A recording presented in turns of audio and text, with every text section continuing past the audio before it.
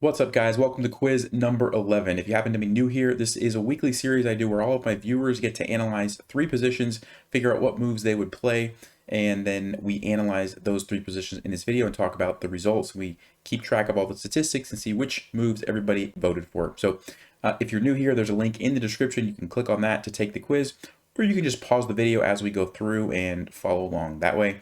Let's jump right into the positions. All right, guys, here's the first position. If you want to pause the video, go ahead and do that now, and you can figure out what move you would play for white. And once you've done that and you're ready to see the solutions, we will take a look. All right, here we go. All right, so in the 0 to 1,000 range, we had most people saying rook takes e5, and then a few people saying rook to d6, and then a couple people knight to f7. 1,000 to 1,600 range, again, we had rook takes e5 as the top move, and then rook to d3, and then rook to d6 were 2 and 3. And then above 1,600, again, rook takes e5, and then rook d6, and rook d3. Now, before I get into the solution for this one, I just want to point out that recently I did a poll, and I asked if these weekly quizzes should be less difficult, or stay the same, or more difficult. And the majority of people voted that they wanted them to be more difficult. So I have been choosing slightly harder positions, so don't feel bad. But I actually tricked quite a few people this time around. So pretty much everyone, even in the above 1,600 group, was saying rook takes e5, which I was very surprised by. Rook takes e5 is actually a big blunder. So I got you guys this time. Rook takes e5, initially it's like, okay, the rook is attacking the pawn, nothing is defending the pawn. Why not just take the free pawn? You have to move your rook anyway, and it kind of looks like a free pawn. The problem with this move is a very simple well, it's not that simple, but it's a tactical trick where your rook is essentially trapped. And so the move that black can play is bishop to d4, and they're attacking your rook. Obviously, you don't want to lose a rook. So what do?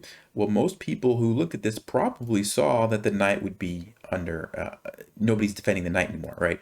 And, you can't go here, you can't go here, the bishop's controlling it. You can't go here or here because the pawn, sorry.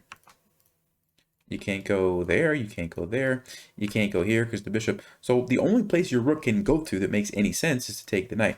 The problem is that you set yourself up for this nasty fork, and you can say goodbye to your rook after you move your king somewhere. It's a goner. So very interesting little trap there, because black completely leaves the knight undefended, but then you just lose your rook. So that's what I wanted to see if people saw, and clearly not very many people saw it, because everybody just wanted to take the pawn. Now, rook d6, rook d3 were both very good moves. Okay, you have to move the rook somewhere, and those were just some squares that were available, and so either of those was fine. The big test in this position was, were you going to fall for that little trick or not? So one move I will talk about, knight f7, it's a clever idea because it's almost checkmate. It forces the rook up here, and I'm sure the people were thinking that this would be checkmate. The problem is the bishop controls the square, so it doesn't quite work. You're just losing a knight. But good idea. I like the thought process, the thinking of how to get checkmate. Just have to make sure you look at the entire board and not forget about things like this. So like I mentioned, Stockfish says rook d6, rook d3 are good alternatives. The number 5 move was actually rook takes e5, and you can see how the evaluation is very good for black if you do that because of what we talked about. All right, here's position number 2. It's black to play. If you'd like to pause the video and figure out what you would play for black, go ahead and do that. And I'll just give you a few seconds to do that. And for everyone else who's ready to go, here we go. All right, so 0 to 1,000, we had top move being knight c6, then we had knight to g4, and then knight takes e4. 1,000 to 1,600, very similar, knight c6, but then it was knight takes e4 and then knight g4. And then above 1,600, we had knight c6, knight takes e4, and d5 were the 2 and 3 options. All right, I chose this position for a specific tactic that I wanted to see if people saw, and not very many people saw it, I don't believe. So here's the thing. Whenever you have a bishop lined up on a queen, you always want to ask yourself, do you have any good moves to create a discovered attack? So when I move this knight anywhere, I can move it here, I can move it here, here, here, here, doesn't matter. As soon as I move it, the bishop is unleashed, and now white has to do something about their queen, or they're just going to lose the queen. So you always want to ask, okay, how can I do a good move and take advantage of that? Well, one move that comes to mind is, can I get a free pawn by capturing? Because there's a pawn there, then I'm attacking the queen. The thing that most people probably saw was that, well, the queen just takes your knight and you're not really gaining anything. But what I wanted to see is if you followed that train of thought a little bit further. And the trick here is that there's a king lined up. And I've said this many times on this channel, but whenever there's a king in the center of the board and you have the option to bring your rook there, there's usually going to be some sort of tactic available, or a lot of the times that's going to be true. And this is no exception. What you can do is take here with check. White has to recapture. Then you can trade the queens. And then you can play the move rook to e8. And now you're going to be getting your piece back. Okay, white can't save the bishop. They could save it temporarily, knight to d2. But then you can play d5. And now white has to do something to try to get out of the pin. So let's just say castles. And you can recapture. And you ended up, not only did you get the pawn, you also messed up white's pawn structure, and you're just in a completely better position. So that one was a little bit more tricky, a little bit harder to see, but I wanted to throw this one in there because it's really, really important, especially for beginner and intermediate players, that if your opponent's king is stuck in the center and you have the ability to put a rook there, you always want to be thinking about that. Now, if we actually check Stockfish on this position, it doesn't recommend knight takes e4 as the best move. It likes rook e8, it likes knight c6, it likes d6. Okay, all of those moves were good. So if you set any of those, that's totally fine. It's relatively equal position. And the reason, though, is because of a crazy move. So knight takes e4, and here's kind of a little bonus puzzle for you. The best move for white is not queen takes e4 in this position.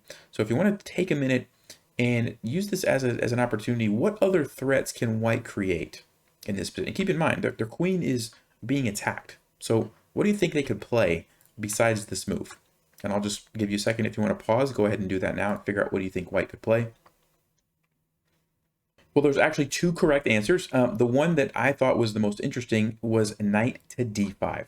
And so white is essentially saying, go ahead, take my queen, because now I have a counterattack on your queen with check. So if you did do this, white would simply take here check, have to move our king somewhere, and then yeah, knight takes d4, and we're just lost a piece basically. So that's no good. And let's see, the best move is just to retreat our queen, because white also has the threat here of trapping our rook. So we just have to retreat, and then, you know, now the queen has to move. And it's interesting that, again, queen takes e4 is not a good move, because remember, the rook can come over and pin the queen. So the best move is queen c4. Yeah, and then we can do something about our knight, just kind of retreat it. And so all that crazy stuff happened, and we just end up with an equal position like this. But we did get the pawn, although now, you know, there's a threat here, and it's actually still a complicated position. Anyway, all that to say that, you know, knight takes e4 was a very tricky move. I don't think very many players would actually find this move in the game. I think most people would just take on e4, and you would have the opportunity to take advantage of this. Now, the other move is queen to e3. And what this move does is it gets out of the attack, and it also creates another pin now on black's knight, because if we try to move this knight somewhere, then we're losing our queen. And so now we have to do something like rook e8, and then white can capture, and then takes, queen takes, and bishop to e3. And so we get this position slightly better for us. But again, just to kind of recap, this whole position was just to see if people were paying attention to the e-file here and looking out for tricks along that file. And just real quick, for those of you who suggested other moves, knight to g4, d5 were okay moves. Nothing wrong with those. You know, on d5, knight's going to capture. We can retake, but then white can simply retake with the queen, and it's not quite as good as the other lines, but it's not bad. That's an okay idea because it lets your bishop out. And then also knight g4, not a bad plan. White's just simply going to slide the queen over. We have to deal with this. If we do something like c6, then bishop g5, and it's a little bit better for white.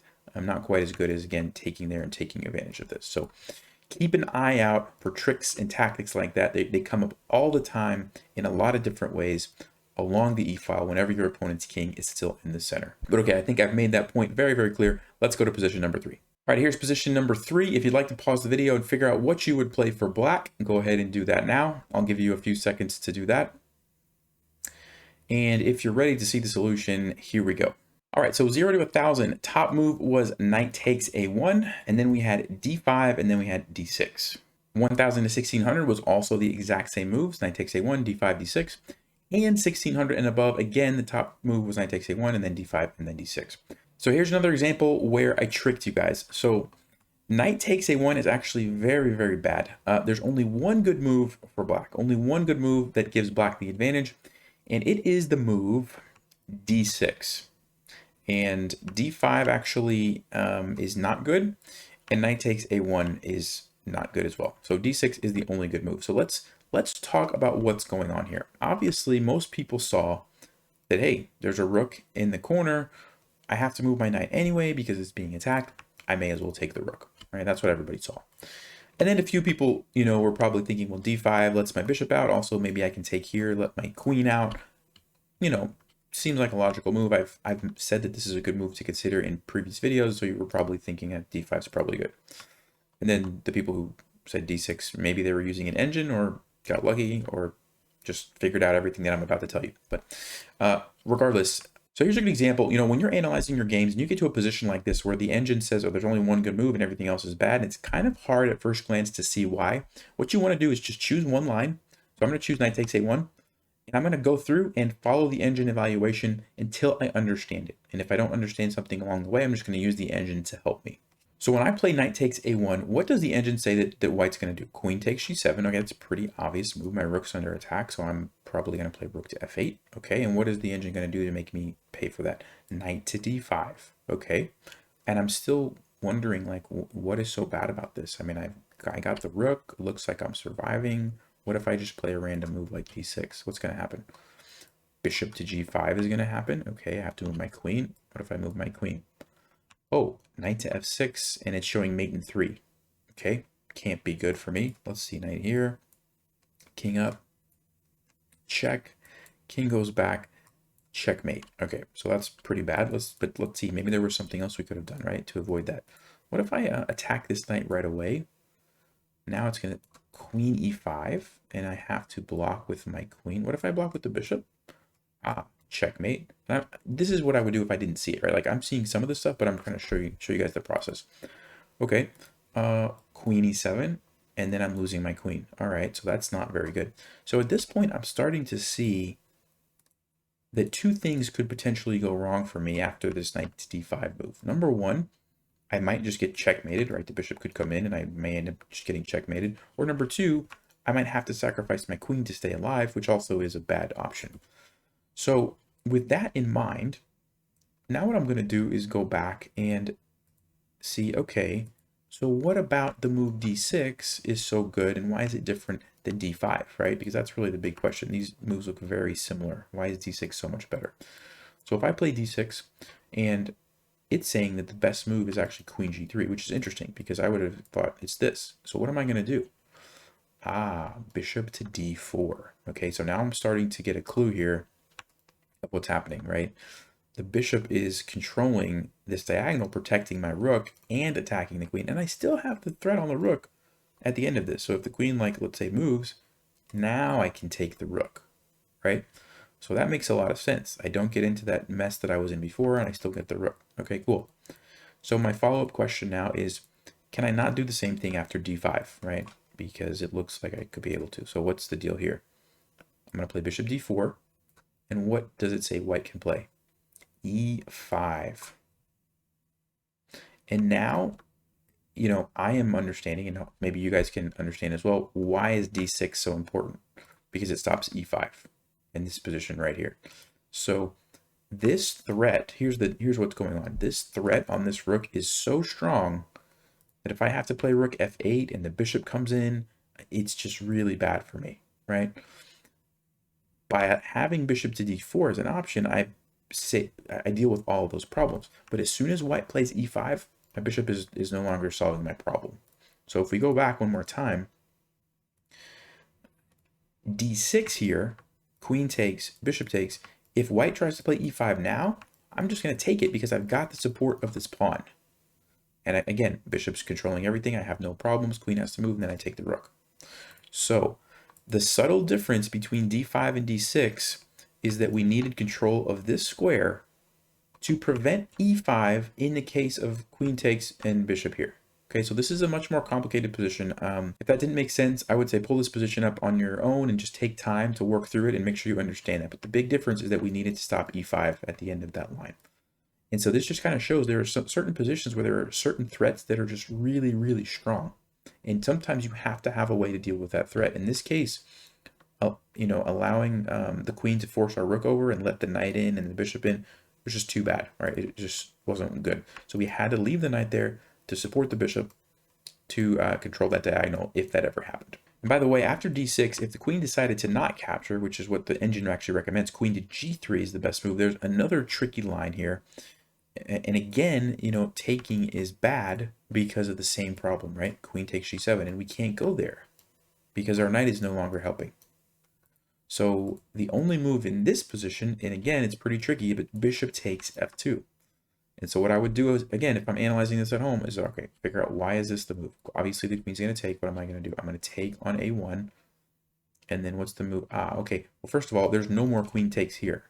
So it seems like the point of that bishop move was to lure the queen away from g7, right? So again, it's coming back to the same thing. Queen takes g7 was the biggest threat in this position. Even though there was a rook hanging on a1 and there's some other stuff happening, this was the single biggest threat that the position revolved around that, right? And so even to the point of giving up the bishop to lure the queen away so that we could take the rook was worth it. And if the queen, you know, took it now, again, we still have our knight sitting here. So bishop d4 is still an option for us, gaining control of the diagonal. Okay, so that was a very tricky position. Most people got it wrong. Even above the 1600 level, everybody was thinking knight takes a1. And I suspect the reason that most people got it wrong was also the fact that after this and this, it probably looked like a relatively safe position for black, right? Like the rook's defended, our pawn's defended, you know. Most people, I'm guessing, because I don't know that I would have saw this either, probably underestimated the strength of the move knight d5. I mean, this is just a killer threat with the bishop coming in. Really, really strong move. And our pieces are not set up to attack white's king. So anyway, I hope you guys enjoyed those positions. Like I said, everybody voted that they wanted more complex positions. So I'm trying to do that, make them a little bit tougher, but I hope you guys are still learning and that they're not over everybody's head. I'm trying to break them down and go slow enough that everybody can follow along. So if you don't mind, let me know in the comments, like if this is working, if you're enjoying this, or if it's too hard. As always, if you want to participate in next week's quiz, you can click the link in the description. It'll take you right to the quiz and you can just fill out your answers there, or you can just follow along like this. But anyway, thank you guys for participating, and I will see you in next week's quiz. Stay sharp, play smart, and take care.